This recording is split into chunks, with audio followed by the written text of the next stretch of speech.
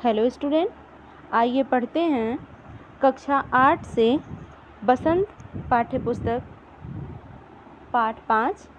पाठ का नाम चिट्ठियों की अनूठी दुनिया, जिसके लेखक हैं अरविंद कुमार सिंह।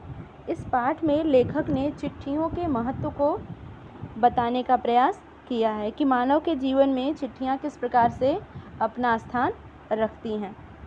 आज के दौर में चिट्ठियों का मोल भले न हो, लेकिन जो लिखित दस्तावेज होते हैं उसके माध्यम से और उसे देखते हुए उन सभी लिखित दस्तावेजों के मूल्य को इस पाठ में आधार बना करके इस निबंध को हमारे सम्मुख रखा गया है। तो आइए स्टार्ट करते हैं। पत्रों की दुनिया भी अजीबोगरीब है और इसकी प्रतियोगिता हमेशा से बनी रहती है। पत्र जो काम करते हैं वह संचार का आधुनिकतम साधन नहीं कर सकता। संचार का आधुनिकतम साधन से तात्पर्य है जैसे फ़ोन हो गया, ईमेल हो गया, ये सारे काम जो हम नए ज़माने में करते हैं वो नहीं कर सकता। पत्र जैसा संतोष फ़ोन या SMS का संदेश कहाँ दे सकता है। पत्र एक नया सिलसिला शुरू करते हैं और राजनीतिक, साहित्य तथा कला के क्षेत्र में तमाम विवाद और नई घटनाओं की जड़ भी पत्र ही होते हैं। क्योंकि लेखन क्रिया के द्वारा ही हम अपनी बातों और विचारों को एक दूसरे के सम्मुख रखते हैं, तो कोई उसमें अपना हस्तक्षेप करता है, कोई कटाक्ष करता है, तो कोई अपनी बातों को विस्तार से रखता है। दुनिया का तमाम साहित्य पत्रों पर ही केंद्रित है और मानव सभ्यता के विकास में इन पत्रों ने अनूठी भूमिका निभाई है। मानव सभ्यता के विकास से तात्पर्य है कि जो समय बीत चुका है उन समय की चीज़ों को हम लिखित दस्तावेज के माध्यम से पढ़ करके ही अपने इतिहास और पुरानी संस्कृति के बारे में जान पाते हैं।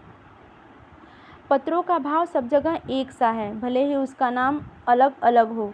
पत्र को उर्दू में खत, संस्कृत में पत्र, कन्नड़ में कागद, तेलुगु में उत्तरम, जाबू और लेख तथा तमिल में कड़ित कहा जाता है। बच्चों, इस पैराग्राफ पे ध्यान दीजिएगा कि अलग अलग भाषाओं में पत्रों को किन नामों से जाना जाता है। पत्र यादों को सहेज कर रखते हैं। इसमें किसी को कोई संदेह नहीं कि हर की अपनी पत्र लेखन कला है और हर एक के पत्रों का अपना दायरा यानी सीमा। दुनिया भर में रोज़ करोड़ों पत्र एक दूसरे को तलाशते यानी ढूंढते तमाम ठिकानों तक पहुंचते हैं। भारत में ही रोज़ 4.5 करोड़ चिट्ठियाँ, इसे भी ध्यान दीजिएगा या नोट डाउन कर लीजिएगा। भारत में रोज़ 4.5 करोड़ चिट्ठियाँ डाक में डाली जाती हैं, जो साबित करती हैं कि पत्र कितनी अहमियत रखते हैं। पंडित जवाहरलाल नेहरू ने सन 1953 में सही ही कहा था। किसने कहा था और किस सन में कहा था, इसे अंडरलाइन कीजिएगा और नोट डाउन कीजिएगा। कहा था कि हजारों सालों तक संचार का साधन केवल हरकारे और रनर्स यानी एक व्यक्ति यहाँ से वहाँ तक, फिर तेज घोड़े रहे यानी उस पर सवार होते थे और संदेश को यहाँ से वहाँ पहुँचाते थे। उसके बाद पहिए आए, पर रेलवे और तार से भारी बदलाव आया। तार से रेलों से भी तेज गति से संवाद पहुँचाने का सिलसिला शुरू किया। संवाद पहुँचाने का सिलसिला यानी पत्रों के माध्यम से यहाँ से वहाँ तक आपके संदेशों को, आपके भावों को पहुँचाने का कार्य करने लगा। अब टेलीफोन, वायरलेस और आगे रेडार दुनिया बदल रहा है। पिछली शताब्दी में पत्र लेखन ने एक कला का रूप ले लिया। डाक व्यवस्था ने सुधार के साथ पत्रों को सही दिशा देने के लिए विशेष प्रयास किए। पत्र संस्कृति विकसित करने के लिए स्कूली पाठ्यक्रमों में पत्र लेखन का विषय भी शामिल किया गया।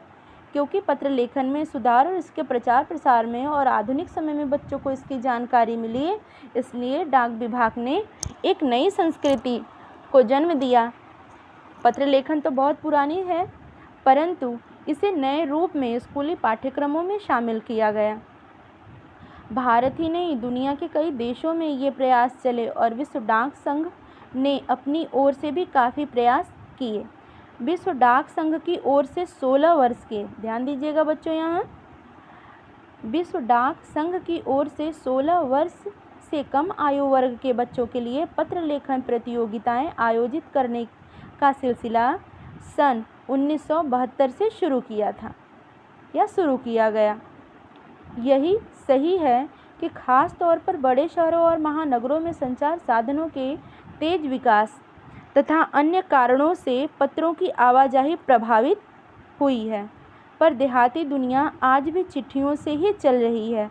फैक्स, ईमेल, टेलीफोन तथा मोबाइल ने चिट्ठियों की तेज गति को रोका है, पर व्यापारिक डाक की संख्या लगातार बढ़ती गई है। व्यापारिक डाक का मतलब होता है कि जो लोग व्यवसाय करते हैं, वस्तुओं का आदान प्रदान करते हैं, सामान मंगवाते और भेजते हैं, उनकी जो सारी क्रियाएं होती हैं वो पत्र लेखन के माध्यम से ही होती हैं।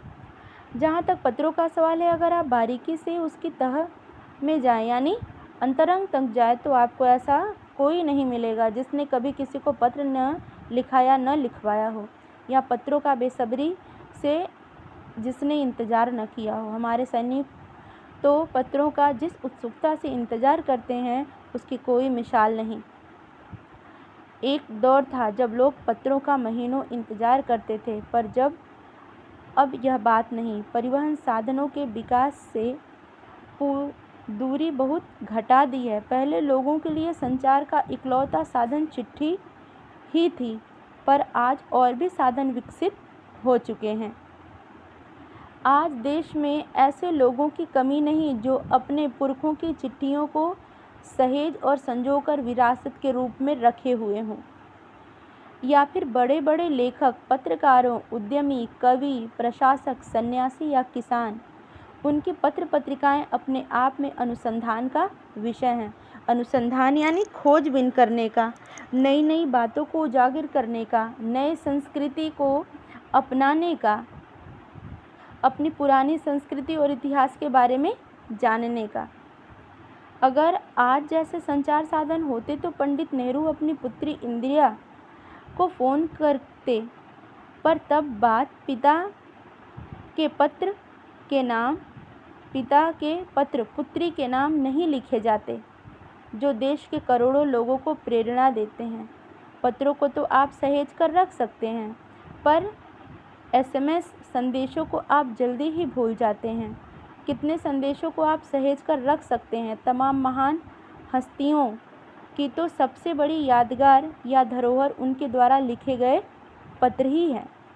भारत में इस श्रेणी में राष्ट्रपिता महात्मा गांधी को सबसे आगे रखा जाता है, यानी पत्रों के लेन देन में भारत में पत्रों की श्रेणी में महात्मा गांधी को सबसे आगे रखा जाता है। दुनिया के तमाम संग्रहालय का से तात्पर्य है कि जहाँ पर वस्तुओं का संग्रह करके रखा जाता है।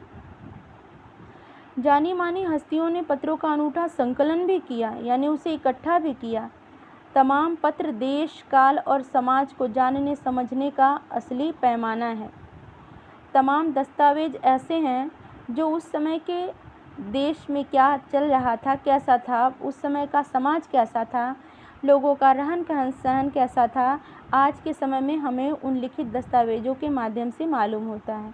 भारत में आज़ादी के पहले महासंग्राम के दिनों में जो कुछ अंग्रेज अफसरों ने अपने परिवारजनों को पत्र में लिखे, वे आगे चलकर बहुत महत्व की पुस्तक बन गए। इन पत्रों ने साबित किया कि यह संग्राम कितनी ज़मीनी मजबूती लिए हुए था। ज़मीनी मजबूती कहावत है, मतलब है कि अपने वजूद से जुड़ना, अपनी संस्कृति से जुड़ना, अपने आप से जुड़ना, और वो भी मजबूती के साथ। महात्मा गांधी के पास दुनिया भर के तमाम पत्र केवल महात्मा गांधी इंडिया लिख आते थे, और वो जहाँ भी रहते थे वहाँ तक पहुँच जाते थे।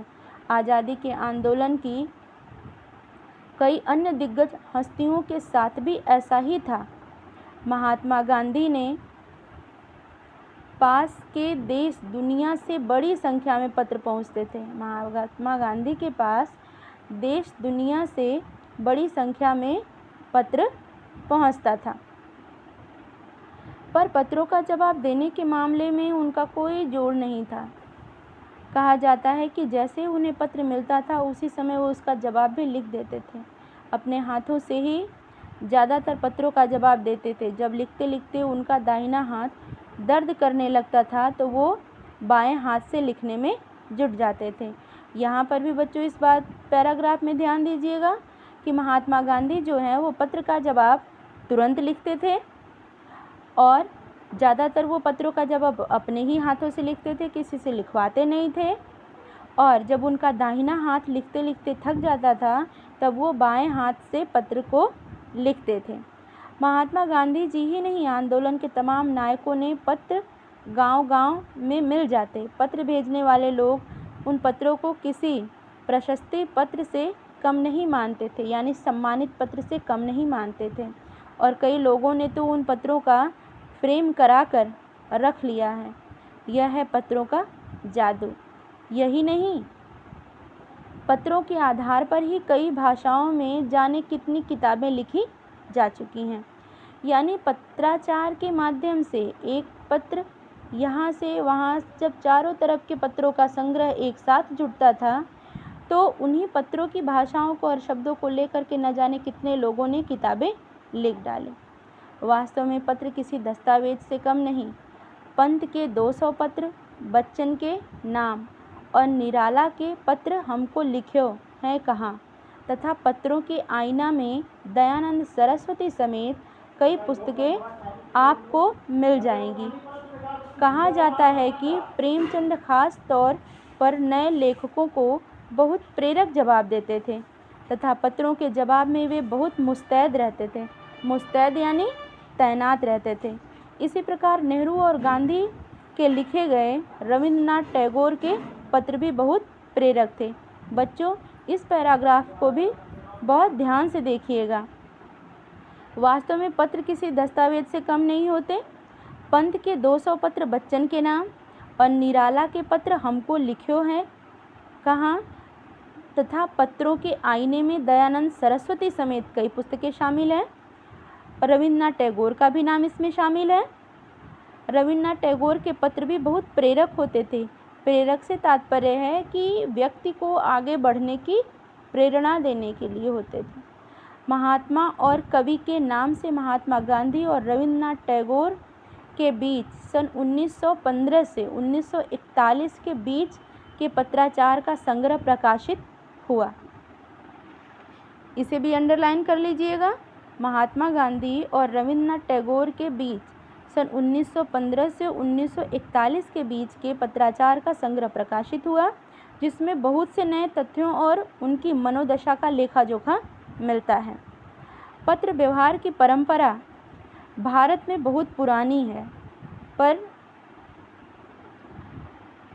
इसका असली विकास आज़ादी के बाद से हुआ। तमाम सरकारी विभागों की तुलना में सबसे ज़्यादा गुडविल डाक विभाग की ही है। इसकी एक खास वजह यह भी है कि यह लोगों को जोड़ने का काम करता है। घर घर तक इसकी पहुंच है। संचार के तमाम उन्नत साधनों के बाद भी चिट्ठी पत्री की हैसियत बरकरार है, यानी बराबर है और ठहरी हुई है। शहरी इलाकों में आलीशान हवेलियां हो या फिर झोपड़पट्टियों में रह रहे लोग, दुर्गम जंगलों से घिरे गांव हो या फिर बर्फबारी के बीच जी रहे पहाड़ों के लोग, समुद्र तट पर रह रहे मछुआरे हों या फिर रेगिस्तान की टाड़ियों में रह रहे लोग, आज भी खतों का ही सबसे अधिक बेसब्री से इंतजार होता है। एक दो नहीं, करोड़ों लोग खतों और अन्य सेवाओं के लिए रोज़ भारतीय डाकघरों के दरवाजे तक पहुंचते हैं और इसकी बहुआयामी यानी कि विस्तृत रूप से भूमिका नज़र आ रही है। दूर देहात में लाखों गरीब घरों में चूल्हे मनी ऑर्डर अर्थव्यवस्था से ही जलते हैं। गांव या गरीब बस्तियों में चिट्ठी या मनी ऑर्डर लेकर पहुंचने वाले डाकिया देहरादून के रूप में देखा जाता है। इस पाठ के लेखक हैं अरविंद कुमार सिंह। आशा है बच्चों आपको ये चैप्टर समझ में आया होगा। धन्यवाद।